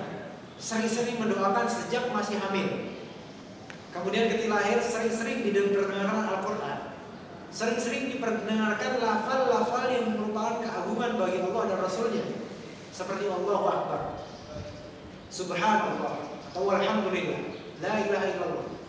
Juga selawat, sering-sering itu mengambil berkah dari situ. Itu berpengaruh insya Allah. Ya, berpengaruh. Karena yang pertama kali itu pendengar. Ya, waja'alakumus sam'a. Ya, bagi yang pertama kali apa? Yang aktif ini pendengaran. Di awal pendengaran dulu, sering-sering itu. Kemudian as-sama' setelah. As-sama' wal absar. Penglihatan, baru setelah itu ajari beberapa hal secara pandangan, gambaran, tetapi berkaitan dengan qalb. Waja'alna as-sama' wal absar wal af'idah. Nah, itu integrasikan semua itu 1, 2, 3. 1, 2, 3 nanti ke sini dan ke seluruh anggota tubuh. 1, 2, 3. Dari ini dulu, dari bayi sebelum bisa melek, belum bisa melek, ini sering-sering bacakan Al-Quran, pengakuan terhadap Allah, biar terbiasa kemudian. Kemudian ketika sudah bisa melek, sering-sering lihat itu ciptaan siapa? Ciptaan Allah, ciptaan Allah, ciptaan Allah. Ini kita, ini Al-Quran, ini apa? Hal-hal yang baik. Jangan justru ide Indonesian Idol. Kemudian dari ini dan ini dengan taking care dan semacamnya, insya Allah ininya akan hidup nanti. Karena dari kecil sudah tertanam. Rasulullah bersabda, "Ma min mauludin illa yuladu 'alal fitrah." Tidaklah dari seorang maulud bukan maulud terasi tumpang dan sebagainya. Tidaklah seorang bayi yang dilahirkan melainkan dia berada di atas fitrah, masih suci. Fa'abawahu yuhawidani, maka kedua orang tuanya lah yang menjadikan Yahudi, wa yunasirani yang menjadikan Nasrani, wa yumajjisani yang menjadikan Majusi. Sekarang kita mengislamkan anak-anak yang memang sudah Islam aslinya dengan cara seperti ini. Nah, ini tadabbur dalam Al-Quran, wa ja'alna lakumus sam'a wal absar wal af'idah. Kalau sudah sampai sini, insya Allah mudah-mudahan seterusnya akidahnya kuat. Ini meskipun saya belum punya anak, tapi insya Allah dia praktekkan. Tapi nggak perlu rapor antum ya. Kemudian, maaf sebelumnya saya bertanya di luar konteks, adakah zakat profesi atau penghasilan dalam Islam? Jika ada, bagaimana syarat-syaratnya? Yang sahih dari hal ini bahwasanya zakat profesi itu tidak, ya, tidak ada secara konkret, tidak ada. Ya, khilafiyah oke, khilafiyah baiklah, khilafiyah yang diperbarui sekarang. Namun intinya zakat profesi itu adalah kiasan terhadap ibadah lain. Sedangkan ibadah dalam hal zakat itu tauqifi masalahnya. Tauqifi artinya membutuhkan dalil yang menjadikan legalisir terhadap ibadah ini. Ya kan? Ini zakat profesi adalah zakat yang baru, ya kan? Tapi bagi yang beristihad seperti itu ya, mengikutinya oke. Tapi di sini zakat profesi dikiaskan dengan zakat jenis zakat lainnya. Misalnya kita ada sholat, antum bikin sholat tertentu untuk masalah, bisa. Zakat rukun berapa? 3. Sholat rukun berapa? Bedanya, antum bikin haji tertentu, haji di kuburan pula. Bisa? Gak bisa. Dikiaskan dengan haji tawaf, gak bisa. Susah di masjid, susah di Makkah, susah. Terus ada korupsi dan sebagainya, susah lah. Dia di sini aja. Ada kuburan itu. Berarti kita bentuk Ka'bah, udah kita kiaskan dengan Ka'bah. Bisa? Gak bisa.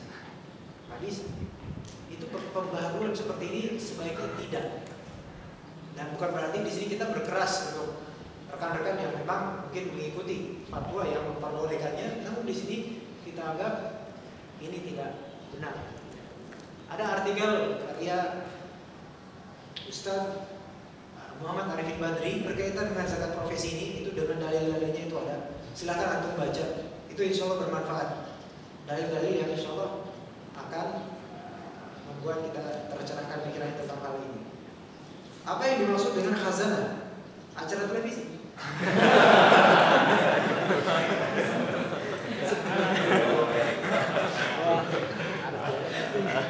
Apa saja pembenaran yang disebutkan? Oh, ini tentang kemarin. Khazainus samawati wal ardh. Walillahi khazainus samawati. khazanah itu khazanah perbendaharaan. Ya. Maksudnya perbendaharaan yang disimpan bahwasanya Allah Subhanahu wa taala telah menyiapkan seluruh rezeki bagi manusia dan hewan dan jin. Udah Allah siapkan semuanya dan udah Allah tentukan. Itu maksudnya. Bukan berarti di sini berarti kalau misalnya kita akan Allah takdirkan kita memakan makanan esok hari, oh itu berarti sekarang sudah ada makanannya tersimpan di langit, misalnya pepaya, misalnya anggur, karena 2 hari lagi kan makan anggur ada di langit. Enggak, bukan gitu. Sudah Allah kehendaki semuanya. Ya, sudah Allah takdirkan. Apa sebenarnya arti dari tujuan akhir kepadanya? Apakah melihat Allah di surga dan hal lain? Kita beragam macam.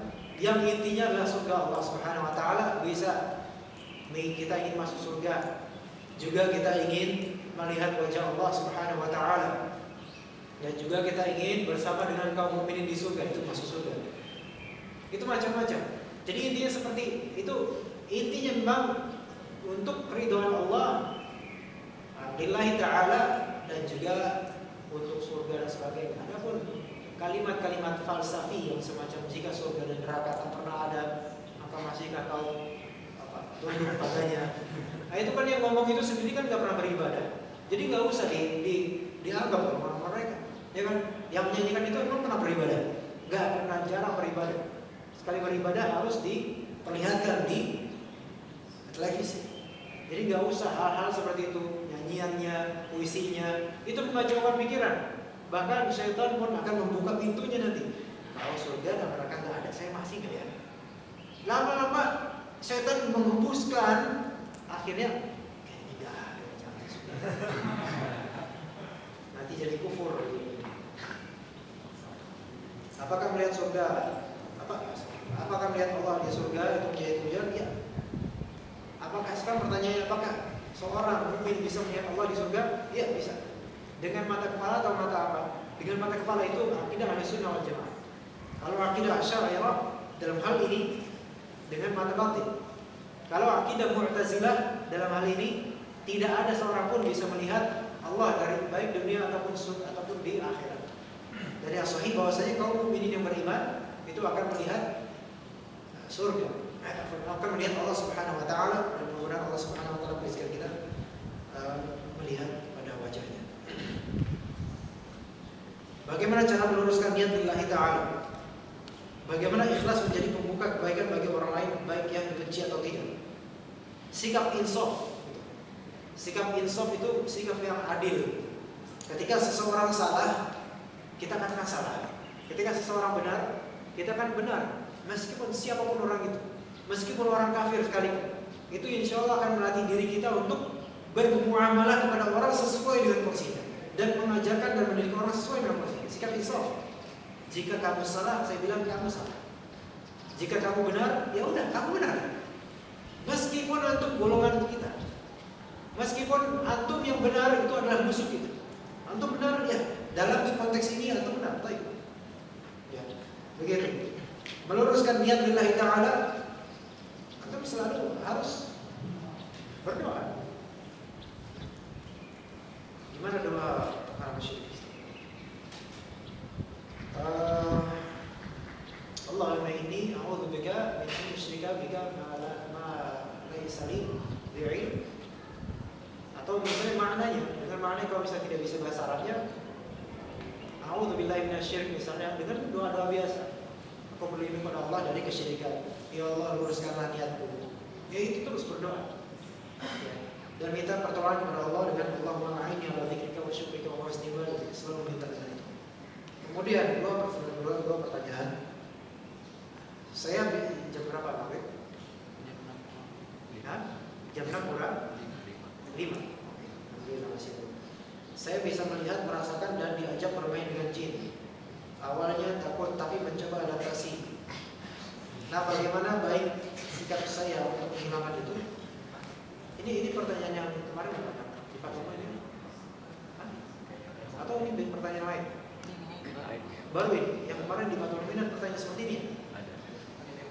Oh iya, waktu itu ada anak indigo gitu kan? Karena itu mempengaruhi sifat dan sikap saya. Baik. Ya, ini yang bisa diajak bermain dengan jin memang akan berpengaruh kelak pada akidahnya, ataupun sekarang sudah tidak merasa atau tidak keras, tapi akan berpengaruh. Meskipun jin itu mengklaim dirinya muslim, karena jin yang muslim yang benar itu tidak akan banyak berinteraksi dengan manusia.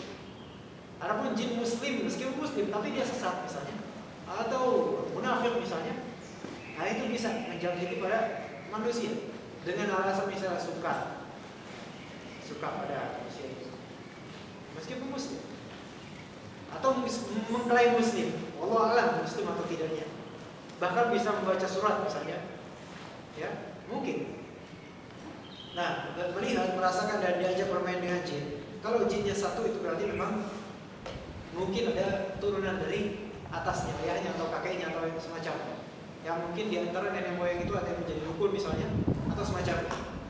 Atau mungkin pernah iseng di tempat sesuatu, misalnya buang sesuatu sembarangan, misal itu bisa.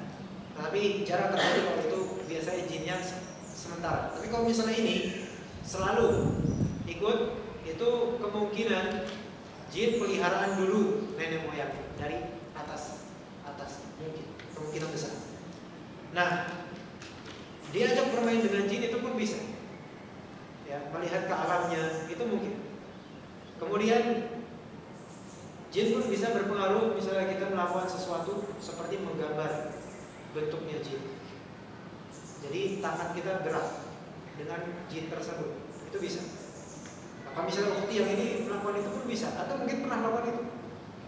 Misalnya jin itu berbentuk apa, kemudian dalam keadaan setengah sadar tangannya menulis sendiri. Nah itu yang biasa di acara-acara itu kan seperti itu. Pasti imah khodamnya, imah setan lokal yang kemudian memediumisasi dalam tubuh pelukis. Dan dalam acara yang seperti sekarang yang live, kadang ditampilkan kan gambar bentuknya seperti ini. Nah itu sebelumnya ada kong kali kong dengan mereka, dengan jin lokal setempat. Nah, menangkalnya ini diwajibkan atas dia untuk benar-benar menghilangkan hal seperti ini dari dirinya. Gak boleh bertahun-tahun, karena ini berbahaya bagi akidah dia nanti. Mungkin sekarang gak terasa, halus biasa aja, tapi kelak bisa terjadi hal-hal yang dia gak sadar bahwa saya kekufuran sudah ada pada diri. Ditakutkan seperti itu. Maka diwajibkan bagi dirinya untuk meruqyah, minimal meruqyah diri sendiri dulu. Harus ya. Jangan dilama-lamain, jangan ditunggu-tunggu. Karena kemungkinan jinnya ini sekarang mendengar dan ketakutan mungkin. Ancam aja jinnya, suruh keluar. Kalau misalnya dia jin muslim, keluar dari tubuhnya. Jangan sampai mengganggu muslim lainnya. Dan mungkin lainnya muslim, namun sebenarnya justru kafir. Bisa. Saya bisa melihat masa depan dan membaca pikiran orang. Bagaimana menghilangkannya? Ini juga bisa termasuk dari pengaruh setan itu. Karena masa depan mungkin di sini kabar-kabar gaib yang para jin ketika naik ke atas langit, kemudian Allah Subhanahu wa taala kirimkan para untuk menghancurkan mereka. Ada sebagian yang memang kemudian rahasia kemudian masuk. Tapi kemudian dibalut-balut dengan kedustaan. Dan kadang-kadang bisa benar, kadang-kadang dan lebih banyak tidak. Membaca pikiran orang. Nah itu dalam jin, mungkin jin itu memiliki tanda-tanda tertentu bagi manusia. Orang di sini siapa ya, orang yang alim, itu lihat dari cahaya ini kental, kayak kerang itu kan didekati. Itu jin bisa mendeteksi manusia, bisa mendeteksi di siapa di sini yang luar biasa berilmu, yang siapa yang beramal, siapa yang kafir, siapa yang itu mengerti. Secara detail mungkin jin tidak bisa membaca pikiran manusia, ya. Jadi ini diruqyah saja saudari Fulana, jangan sampai ini berlarut pada semoga sembuh. Semoga Allah Subhanahu wa taala sembuhkan dan kita perlindungan Allah. Bismillah, apakah kecintaan berlebihan atau fanatisme ta'assub kepada seseorang itu diperbolehkan? Diperbolehkan hanya untuk Rasulullah SAW dalam hadis yang sahih dan hasan. Dan juga pada Al-Quran itu pun disertai dengan ilmu, tidak hanya sekadar fanatik semata. Ya. Tetapi kepada selain itu, fanatisme itu dilarang. Karena sekarang banyak yang terlalu fanatik dengan pemimpin. Ini hal yang sampai terlalu mengganggu.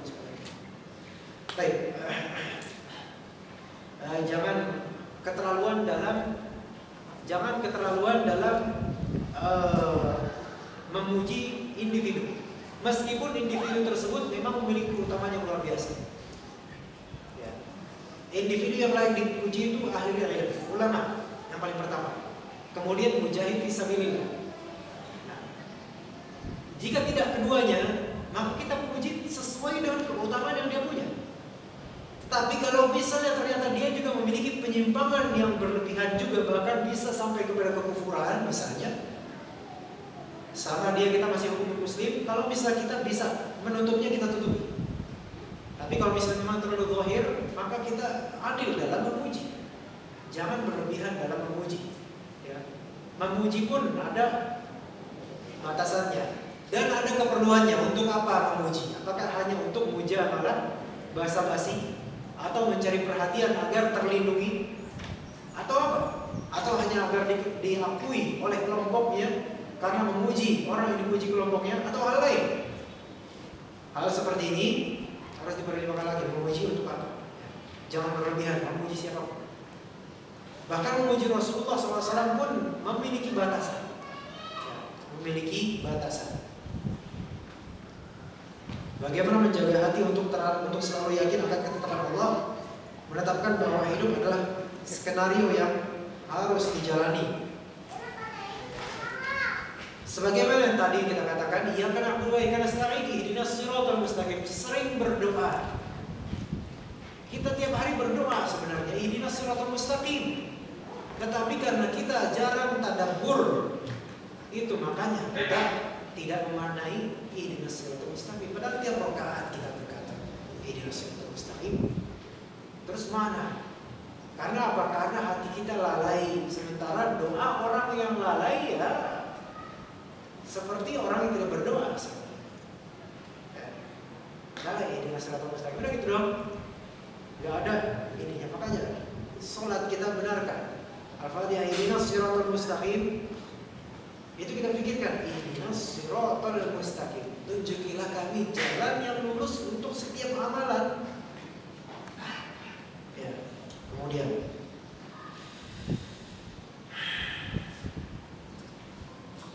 segala sesuatu pasti akan berpulang kepadanya. Maksud berpulang apa? Karena setelah mati kita akan dihubungkan kembali hidup di surga neraka. Prosesnya non eksis. Alam ruh non eksis di sini. Alam ruh dalam artinya tidak ada ruh. Ya, bukan alam ruh. Eksis, kemudian alam dunia, non eksis, alam barzakh, sahih, kemudian eksis di akhirat. Maka apa yang dimaksud dengan berpulang? Segala yang kita amalkan itu akan Allah hisab, itu maksudnya. Nah, jadi ini maksud berpulang. Adam dulu di mana tempatnya? Surga, ya kan? Adam itu mesti berserah diri pada Allah dan iya. Nah, tempat kita asli di mana seharusnya? Di surga.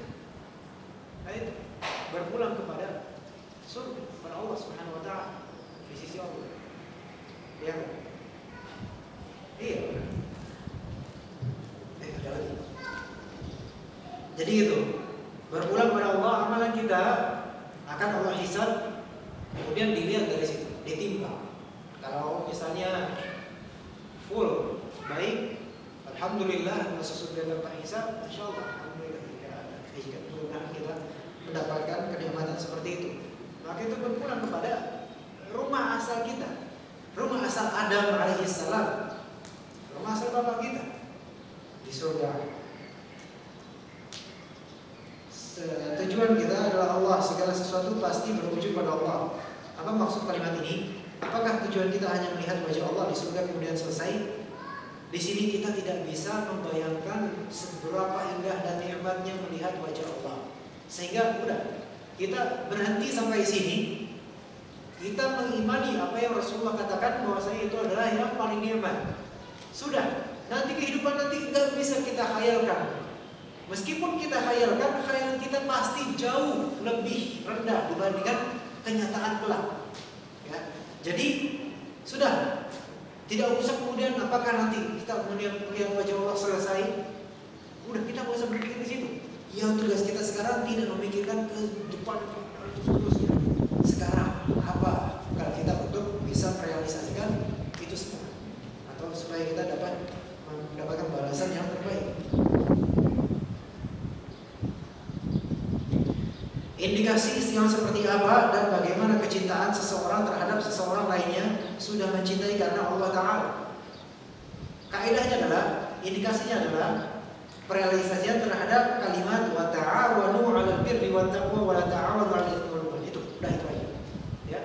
Dan saling tolong-menolong kalian 'alal birri wat taqwa, pada kebaikan di sini umum, dan ketakwaan yang ada dekatnya dengan ibadah takwa. Wa la ta'awanu 'alal itsmi wal 'udwan, dan janganlah kalian tolong-menolong dalam dosa dan permusuhan. Nah itu faedahnya itu. Ya. Kalau misalnya seseorang dengan temannya ternyata saling membantu dalam kebaikan secara syar'i dan dalam ketakwaan, ini berarti saling mencintai karena Allah. Adapun jika misalnya saling membantu dalam keburukan, dalam korupsi misalnya, walaupun masing-masing berteman kelihatannya enak, itu tidak mencintai karena Allah, tapi mencintai karena dunia. Pasti. Dan hampir dipastikan atau bisa dipastikan kelak mereka akan bermusuhan. Imma di dunia ketika mereka berumur panjang, atau di akhirat kelak ketika amal-amal mereka diperlihatkan. Saya seorang guru IPA, mohon nasihatnya agar ilmu yang saya ajarkan sesuai dengan tujuan untuk mendapat ridho Allah. Caranya adalah ia niatkan ibadah, bahwasanya hal yang akan kita lakukan ini bermanfaat. Segala hal yang bermanfaat bagi diri maupun lebih orang lain itu bisa dinilai ibadah ketika diniatkan lillahi ta'ala. Udah itu. Kemudian niatkan ini untuk memberi maslahat pada umat, untuk kebangkitan umat Islam, ya, anak-anak Islam. Kemudian kalau bisa korelasikan dengan ayat Al-Quran misalnya. Ketika berbicara tentang bintang, katakan bahwa di Al-Quran itu ada surat namanya An-Najm. Dan juga ada Al-Kawakib, artinya apa? Artinya Al-Buruj, artinya apa? Cukup kosakata misalnya yang berkaitan dengan Al-Quran, itu bernilai ibadah, mengingatkan anak-anak pada Al-Quran. Kemudian bagaimana meneruskan niat kita bahwa apapun yang kita lakukan hanya untuk mencari ridhonya. Jika seandainya kita melakukan sesuatu agar membuat orang tua bangga, apa itu salah satu niat yang salah? Dan apa mungkin kita bisa lebih dari satu niat dalam melakukan sesuatu? Yang pertama, membuat orang tua bangga itu dengan adanya penghadiran lillahi ta'ala, maka itu menjadi ibadah yang terbesar. Bangga dalam kebaikan, bukan bangga dalam keburukan. Ya. Jika memang ada penghadiran hati. Namun kalau misalnya sekadar membuat bangga semata duniawi, maka sebenarnya itu Allah akan mengganjarinya dengan ganjaran duniawi pasti. Tapi untuk ukhrawi tidak ada nilai. Makanya ketika kita beramal atau berbuat sesuatu untuk menyenangkan orang tua, hadirkan lillahi ta'ala, ya, sebagai pembaktian orang tua. Dan ini ada syariat di dalam Islam. Cukup itu aja, itu sudah lillahi ta'ala insyaallah. Apa mungkin kita bisa lebih dari satu niat dalam melakukan sesuatu selama hukum asal dari perbuatan tersebut tidak berbeda, maka tidak masalah insyaallah. Seperti misalnya sholat wajib, sholat zuhur atau sholat subuh diniatkan juga sebagai sholat sunnah qoblal fajar, sebelum subuh. Itu nggak bisa, karena hukumnya berbeda. Tetapi ketika hukumnya sunnah misalnya, sunnah dengan sunnah, misalnya sholat tahiyatul masjid sekaligus sholat sunnah qoblal fajar, dua niat yang berbeda sama insyaallah. Dan juga begitu juga dalam puasa sunnah, ya. Atau dalam hal lain, satu niat dalam melakukan, lebih dari satu niat dalam melakukan sesuatu, ya bisa. Atau misalnya pergi haji sekaligus ingin berdagang, itu masalah insyaallah. Selama niat untuk berdagangnya tidak lebih besar dari ibadahnya, nah ini baru masalah kayak seperti ini. Tapi kalau niatnya lebih besar dari ibadahnya, insyaallah makbul. Bagaimana kita dapat membedakan antara ujian dan cobaan yang datang kepada kita? Setiap yang namanya cobaan itu ujian, dan ujian cepat. Memang ada beda ujian dan cobaan? Sama aja kan? Hah? Beda. Ujian dan musibah. Bagaimana membedakannya? Semua musibah adalah ujian, dan semua nikmat adalah ujian. Semua itu ujian. Ya. Bahkan ujian pun ujian. Ya kan? Ujian adalah ujian. Bagaimana kalau kita setelah dipuji, bagaimana hati kita? Misalnya, bagaimanapun dalam hadis ada bahwasanya wa nabluukum bisyarri wal khairi fitnah. Dan kami menguji kalian, memberi bala bagi kalian dengan syar keburukan dan khair kebaikan sebagai fitnah. Fitnah artinya imtihan, ujian. Kebaikan dan keburukan semuanya ujian bagi manusia. Mohon doakan kami agar kami mendapatkan manisnya dari keimanan. Dan juga mohon doakan saya. Semua kita saling mendoakan. Namun yang terbaik adalah doa dari diri sendiri. Karena itu menunjukkan dia memang menginginkannya. Ya, itu lebih baik daripada kita meminta. Ya, baik boleh kita bertawasul dan meminta doa pada orang yang soleh yang masih hidup. Tetapi yang lebih baik kita sendiri sambil berusaha. Ya boleh kita minta doa yang lain boleh. Tapi lihat diri sendiri, jangan sampai kita doain ya sendiri enggak pernah. Banyak kayak gitu kan, doain ya mudah-mudahan sukses. Ya saya doain. Yang minta didoain enggak mendoakan dirinya. Yang minta untuk mendoakan pada dirinya pun lupa untuk mendoakannya. Banyak kayak gitu kan? Iya. Habis sebenarnya. Baik, ini insyaallah tentang apa ini? Tentang qalbu, jantung, insyaallah akan depan kita jawab. Alhamdulillah kita selesai dalam tulis ini. Mohon maaf jika ada kata-kata salah. Jika ada kata salah itu dari mana, dan jika ada kebenaran itu dari Allah Subhanahu wa taala. Kita tutup dengan doa kafaratul majlis. Subhanakallahumma wa bihamdika asyhadu an la ilaha illa anta astaghfiruka wa atubu ilaik. Wassalamualaikum warahmatullahi wabarakatuh.